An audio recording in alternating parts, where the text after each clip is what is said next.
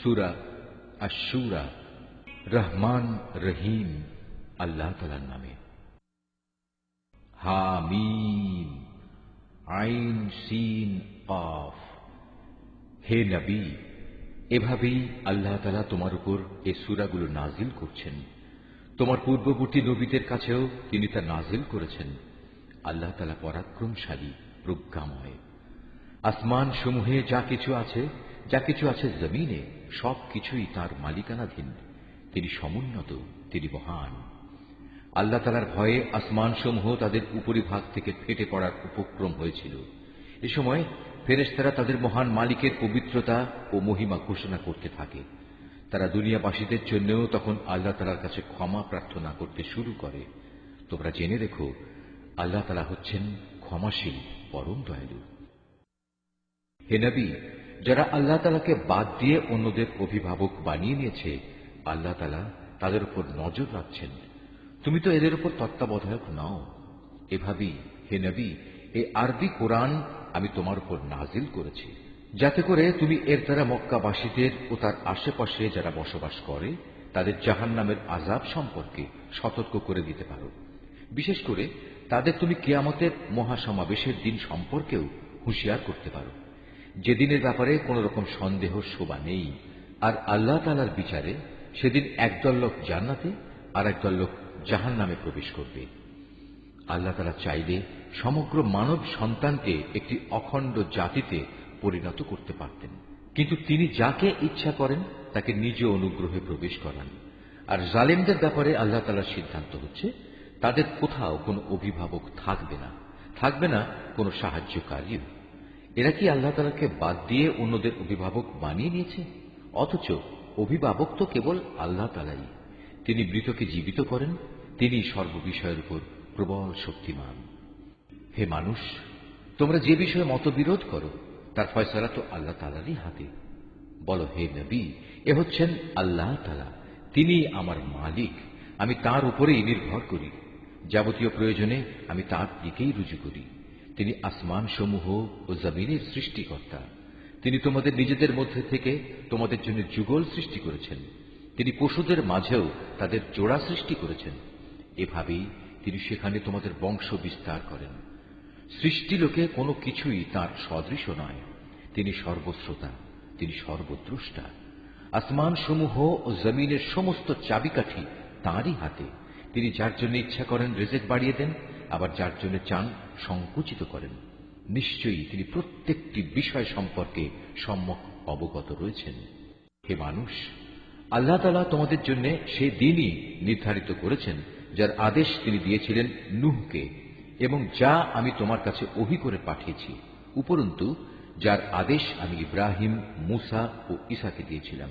এদের সবাইকে আমি বলেছিলাম, তোমরা এই জীবন বিধান সমাজে প্রতিষ্ঠিত করো এবং কখনো এতে অনৈক্য সৃষ্টি করো না। আর তুমি যে দ্বীনের দিকে আহ্বান করছো, এটা মুশরিকদের কাছে একান্ত দুর্বিষহ মনে হয়। মূলত আল্লাহ তাআলা যাকেই চান তাকে বাছাই করে নিজের দিকে নিয়ে আসেন, এবং যে ব্যক্তি তার অভিমুখী হয় তিনি তাকে দ্বীনের পথে পরিচালিত করেন। হে নবী, ওদের কাছে সঠিক জ্ঞান আসার পরেও ওরা কেবলমাত্র নিজেদের পারস্পরিক বিদ্বেষের কারণেই নিজেদের মধ্যে মতবিরোধ ঘটায়। যদি এদের একটি সুনির্দিষ্ট কাল পর্যন্ত অব্যাহতি দিয়ে রাখার তোমার মালিকের ঘোষণা না থাকত, তাহলে কবেই আযাবের মাধ্যমে ওদের মধ্যে একটা ফয়সালা হয়ে যেত।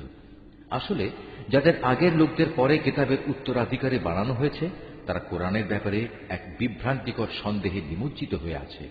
অতএব হে নবী, তুমি মানুষদের এ দ্বীনের দিকে ডাকতে থাকো। তোমাকে যেভাবে আদেশ দেওয়া হয়েছে সেভাবেই তুমি প্রতিষ্ঠিত থেকো। ওদের খেয়াল খুশির অনুসরণ করো না।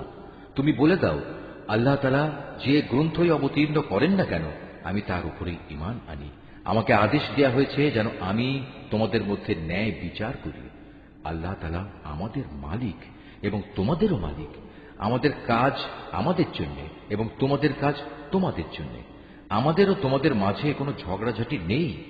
আল্লাহ তাআলা আমাদের সকলকে এক জায়গায় জড়ো করবেন, আর সবাইকে তার দিকেই ফিরে যেতে হবে। যারা আল্লাহ তাআলার দ্বীন সম্পর্কে বিতর্ক করে, বিশেষত আল্লাহ তাআলা কর্তৃক তা দ্বীন গৃহীত হওয়ার পর এদের বিতর্ক তাদের মালিকের কাছে সম্পূর্ণ অসার। তাদের উপর তাঁর গজব, তাদের জন্য রয়েছে তার কঠিন শাস্তি। তিনি আল্লাহ তাআলা, যিনি সত্য দ্বীন সহ এ কিতাব ও ইনসাফের মানদণ্ড নাজিল করেছেন। হে নবী, তুমি কি জানো সম্ভবত কিয়ামত একান্ত কাছে এসে গেছে? যারা সে কিয়ামতের বিষয়ে বিশ্বাস করে না তারা কামনা করে তা ত্বরান্বিত হোক। অপরদিকে যারা তা বিশ্বাস করে তারা তার থেকে ভয় করে, কেননা তারা জানে সেই দিনটি একান্ত সত্য। জেনে রেখো, যারাই কিয়ামত সম্পর্কে বাক বিতণ্ডা করে তারা মারাত্মক গুমরাহিতে রয়েছে। আল্লাহ তাআলা তার বান্দাদের সূক্ষ্মাতি সূক্ষ্ম বিষয় সম্পর্কেও অবহিত আছেন। তিনি যাকে রিজিক দিতে চান দেন, তিনি প্রবল পরাক্রমশালী। যে ব্যক্তি পরকালের কল্যাণের ফসল কামনা করে আমি তার জন্য তা বাড়িয়ে দিই, আর যে ব্যক্তি শুধু দুনিয়ার জীবনের ফসল কামনা করে আমি তাকে অবশ্য দুনিয়ায় তার কিছু অংশ দান করি, কিন্তু পরকালে তার জন্য সে ফসলের কোনো অংশই বাকি থাকে না। এদের কি এমন কোন শরীক আছে যারা এদের জন্য এমন কোন জীবন বিধান প্রণয়ন করে নিয়েছে যার অনুমতি আল্লাহ তাআলা দান করেননি? যদি আযাবের মাধ্যমে সিদ্ধান্ত নেওয়া হতো তাহলে কবেই তাদের মধ্যে একটা ফয়সালা হয়ে যেত। অবশ্যই জালেমদের জন্য কঠিন শাস্তি রয়েছে। হে নবী, সেদিন তুমি এ জালেমদের দেখতে পাবে তারা নিজেদের কর্মকাণ্ডের শাস্তি থেকে ভীত সন্ত্রস্ত, কেননা তা তাদের উপর পতিত হবেই। কিন্তু যারা আল্লাহ তাআলার উপর ঈমান এনেছে এবং নেক কাজ করেছে তারা জান্নাতের মনোরম উদ্যানে অবস্থান করবে। তারা সেদিন যা কিছু চাইবে তাদের মালিকের কাছ থেকে তাদের জন্য তাই সেখানে মজুদ থাকবে। এটা হচ্ছে আল্লাহ তাআলার মহা অনুগ্রহ, আর এ হচ্ছে তাই নিয়ামত। আল্লাহ তাআলা তার সেসব বান্দাদের যার সুসংবাদ দান করেন, যারা এর উপর ঈমান এনেছে এবং নেক কাজ করেছে। হে নবী, তুমি বলো, আমি তোমাদের কাছ থেকে এ দ্বীন প্রচারের উপর কোনো পারিশ্রমিক চাই না, তবে তোমাদের সাথে আমার আত্মীয়তা সূত্রে যে সৌহার্দ্য আমার পাওনা রয়েছে সেটা আলাদা। যে ব্যক্তি কোনো নেক কাজ করে তার জন্য আমি তার সে নেক কাজে অতিরিক্ত কিছু সৌন্দর্য যোগ করে দিই। অবশ্যই আল্লাহ তাআলা ক্ষমাশীল ও গুণগ্রাহী। হে নবী, এরা কি বলে এ ব্যক্তি আল্লাহর উপর মিথ্যা আরোপ করছে? অথচ আল্লাহ তাআলা চাইলে তোমার দিলের উপর মোহর মেরে দিতে পারতেন। আল্লাহ তাআলা বাতিলকে এমনিই মিটিয়ে দেন এবং সত্যকে তার বাণী দ্বারা সত্য প্রমাণ করে দেখিয়ে দেন। অবশ্যই মানুষের অন্তরে যা কিছু আছে সে সম্পর্কে তিনি সবিশেষ অবহিত রয়েছেন।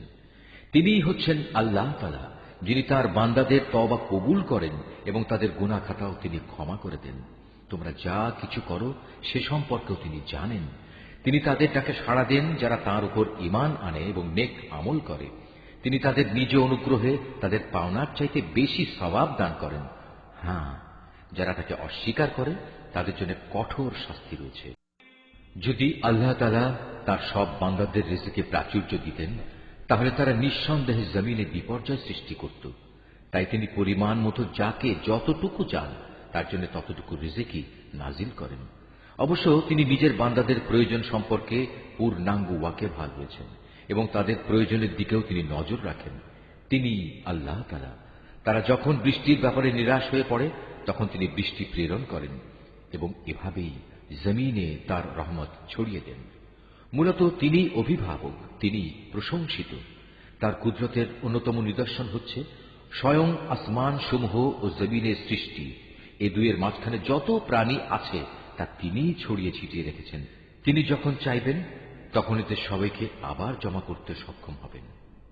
হে মানুষ, যে বিপদ আপদই তোমাদের উপর আসুক না কেন তা হচ্ছে তোমাদের নিজেদের হাতের কামাই।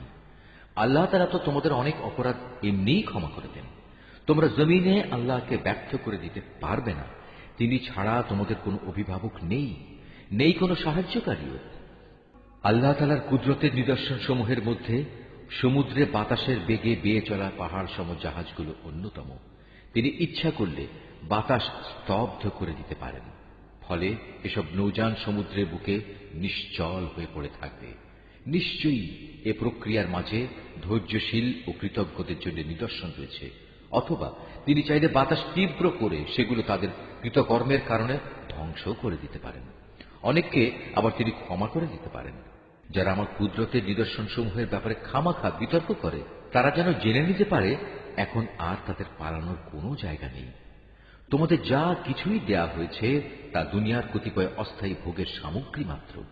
কিন্তু পুরস্কার হিসেবে যা আল্লাহ তাআলার কাছে আছে তা উত্তম ও স্থায়ী, আর তা হচ্ছে সেসব লোকের জন্য যারা আল্লাহ তাআলার উপর ঈমান আনে এবং সর্বাবস্থায় তারা তাদের মালিকের উপর নির্ভর করে, যারা বড় বড় গুনাহ ও অশ্লীল কার্যকলাপ থেকে বেঁচে থাকে, বিশেষ করে যখন রাগান্বিত হয় তখন তারা অন্যদের ভুল ক্ষমা করে দেয়, যারা তাদের মালিকের ডাকে সাড়া দেয়, নামাজ প্রতিষ্ঠা করে, যাদের কাজকর্মগুলো সম্পাদনের সময় পারস্পরিক পরামর্শই হয় তাদের কর্মপন্থা, আমি তাদের যে রিজিক দান করেছি তা থেকে তারা আমারই পথে খরচ করে, যারা এমনই আত্মমর্যাদা সম্পন্ন যখন তাদের উপর বাড়াবাড়ি করা হয় তখন তারা প্রতিশোধ গ্রহণ করে, মন্দের প্রতিফল অনুরূপ মন্দই হবে, কিন্তু যে ক্ষমা করে দেয় এবং আপোষ করে আল্লাহ তাআলার কাছে অবশ্যই তার জন্য যথাযথ পুরস্কার রয়েছে।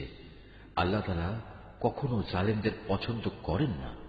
কোন ব্যক্তি যদি তার সাথে জুলুম সংঘটিত হওয়ার পর সমপরিমাণ প্রতিশোধ গ্রহণ করে তাতে তাদের উপর কোনো অভিযোগ থাকে না।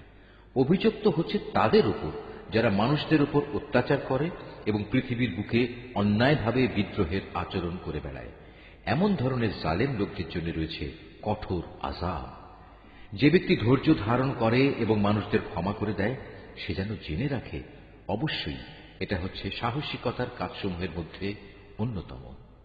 হে নবী, যে ব্যক্তিকে আল্লাহ তাআলা গোমরাহ করে দেন তার জন্য তিনি ছাড়া আর কোনো দ্বিতীয় অভিভাবক থাকে না। তুমি জালেমদের দেখবে যখন তারা আল্লাহ তাআলার আযাব পর্যবেক্ষণ করবে তখন বলবে, আজ এখান থেকে ফিরে যাওয়ার কোনো পথ আছে কি? তুমি তাদের দেখতে পাবে যখন তাদের জাহান্নামের কাছে এনে হাজির করা হবে তখন তারা অপমানে অবনত হয়ে যাবে, ভয়ে তারা অর্ধ নির্মিলিত চোখে তাকিয়ে থাকবে। এই অবস্থা দেখে যারা ঈমান এনেছিল তারা বলবে, সত্যিকার ক্ষতিগ্রস্ত লোক তো তারা যারা আজ কিয়ামতের দিন নিজেদের ও নিজেদের আদর্শিক পরিবার পরিজনদের এভাবে ক্ষতি সাধন করেছে। হে নবী, জেনে রেখো নিঃসন্দেহে জালেমরা সেদিন স্থায়ী আযাবে থাকবে, আর সে আযাব এসে গেলে তাদের আল্লাহ ছাড়া এমন কোন অভিভাবক থাকবে না যারা তখন তাদের কোন রকম সাহায্য করতে পারবে। সত্যি কথা হচ্ছে আল্লাহ তাআলা যাকে গোমরাহ করেন তার জন্য বাঁচার কোনোই উপায় নেই। হে মানুষ, সেদিনটি আসার আগেই তোমরা তোমাদের মালিকের ডাকে সাড়া দাও। আল্লাহ তাআলার কাছ থেকে যে দিনটির তার প্রতিরোধকারী কেউই থাকবে না, সেদিন তোমাদের জন্য কোনো আশ্রয়স্থলও থাকবে না, আর না তোমাদের পক্ষে সেদিন অপরাধ অস্বীকার করা সম্ভব হবে। অতঃপর যদি এরা হেদায়েত থেকে মুখ ফিরিয়ে নেয় তাহলে তুমি জেনে রেখো আমি তোমাকে তাদের উপর দারোগা করে পাঠাইনি। তোমার দায়িত্ব তো হচ্ছে শুধু আল্লাহ তাআলার বাণী পৌঁছে দেয়া। যখন আমি মানুষদের আমার রহমতের স্বাদ আস্বাদন করাই তখন সে ভীষণ উল্লসিত হয়, আবার যদি তাদেরই কোনো কর্মকাণ্ডের কারণে তাদের উপর কোনো দুঃখ কষ্ট আসে তখন সে মানুষ অকৃতজ্ঞ হয়ে পড়ে। আকাশমণ্ডলী ও জমিনের সমুদয় সার্বভৌমত্ব একমাত্র আল্লাহ তাআলার জন্য। তিনি যা ইচ্ছা তাই সৃষ্টি করেন, যাকে চান তাকে কন্যা সন্তান দান করেন, আবার যাকে চান তাকে পুত্র সন্তান দান করেন, যাকে চান তাকে পুত্র কন্যা উভয়টাই দান করেন, আবার যাকে চান তাকে তিনি বন্ধ্যা করে দেন। নিঃসন্দেহে তিনি বেশি জানেন, ক্ষমতাও তিনি বেশি রাখেন। আসলে কোনো মানুষের জন্য এটা সম্ভব নয় যে আল্লাহ তাআলা সরাসরি তার সাথে কথা বলবেন। অবশ্য ওহী দ্বারা অথবা পর্দার অন্তরাল থেকে কিংবা ওহী নিয়ে তিনি কোনো দূত তার কাছে পাঠাবেন এবং সে দূত তারই অনুমতিক্রমে তিনি যখন যেভাবে চাইবেন বান্দার কাছে ওহী পৌঁছে দেবে। নিশ্চয়ই তিনি উচ্চ মর্যাদাশীল, প্রজ্ঞাময়, কুশলী। এমনি ভাবি, হে নবী, আমি আমার আদেশে দ্বীনের এর রূহ তোমার কাছে ওহী করে পাঠিয়েছি। নতুবা তুমি তো আদৌ জানতেই না আল্লাহ তাআলার কিতাব কি, না তুমি জানতে ঈমান কি কাকে বলে। কিন্তু আমি এর রূহকে একটি নূরে পরিণত করে দিয়েছি, যার দ্বারা আমি আমার বান্দাদের যাকে চাই তাকে দ্বীনের পথ দেখাই, এবং আমার আদেশক্রমে তুমিও মানুষদের সঠিক পথ দেখিয়ে যাচ্ছ। সে পথ আল্লাহ তাআলারই পথ। আসমান সমূহে জমিনে যা কিছু আছে সব কিছু আল্লাহ তাআলার জন্য। শুনে দেখো, পরিশেষে সব কিছু আল্লাহ তাআলা